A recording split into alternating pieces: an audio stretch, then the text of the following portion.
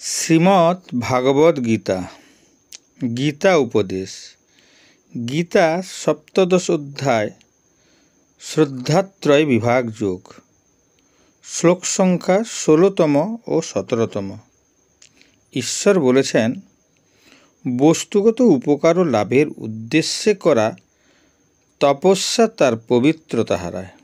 মনো প্রসাদ সৌমত্বং মৌন মত্ম বিনিগ্রহ ভাবসংশুদ্ধিরিত্যেতৎ তপো মানো সমুচ্যতে। চিত্তের প্রসন্নতা, সরলতা, মৌন, আত্মনিগ্রহ ও ব্যবহারে নিষ্কপটতা, এগুলিকে মানসিক তপস্যা বলা হয়। মনের দৃঢ়তা শরীর ও বাকশক্তির চেয়েও শ্রেষ্ঠ। আমরা যদি আমাদের মনকে নিয়ন্ত্রণ করতে শিখি, তবে আমাদের শরীর এবং কথাবার্তা আপনা আপনি নিয়ন্ত্রিত হয়। আসলে ব্যক্তির চেতনা মনের অবস্থান নির্ধারণ করে। মনই একজন ব্যক্তির বন্ধু এবং শত্রু হতে পারে।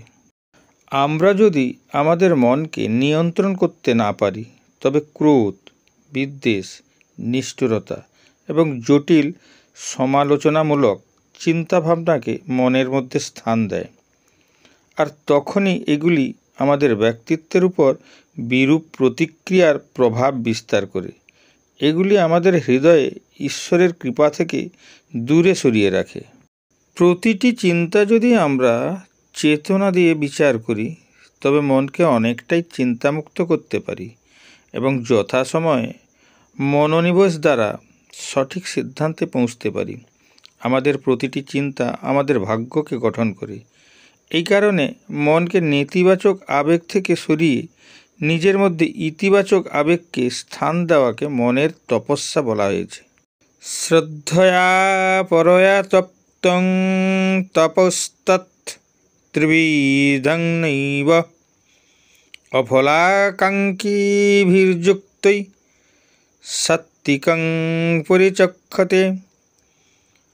ফলাকাঙ্ক্ষা রহিত মানুষের মধ্যে পরম শ্রদ্ধা সহকারে অনুষ্ঠিত ত্রিবিধ তপস্যাকে সাত্ত্বিক তপস্যা বলা হয়।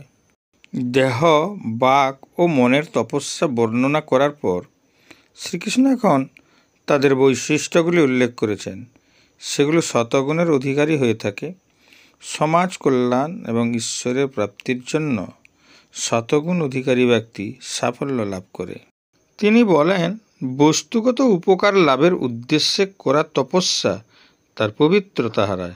অতএব এটি নিঃস্বার্থভাবে এবং ফলাফলের সাথে সংযুক্তি ছাড়াই সম্পন্ন করা উচিত, কারণ ফলের আকাঙ্ক্ষা আমাদেরকে অহংকারী করে দেয়। ফলে শ্রদ্ধা ভক্তি আমাদের থেকে বিচ্ছিন্ন হয়ে যায়, যা সাত্ত্বিক তপস্যায় বাধাপ্রাপ্ত হয়। তপস্যার গুরুত্বের প্রতি আমাদের বিশ্বাস, সাফল্য এবং ব্যর্থতা উভয় ক্ষেত্রেই অটল থাকা উচিত এবং অলসতা বা অসুবিধার কারণে এর অনুশীলন স্থগিত রাখা উচিত নয়। মন যদি দৃঢ় ও সংকল্পবদ্ধ হয়, তবে সকল বাধা ও অলসতা দূরে সরে যাবে।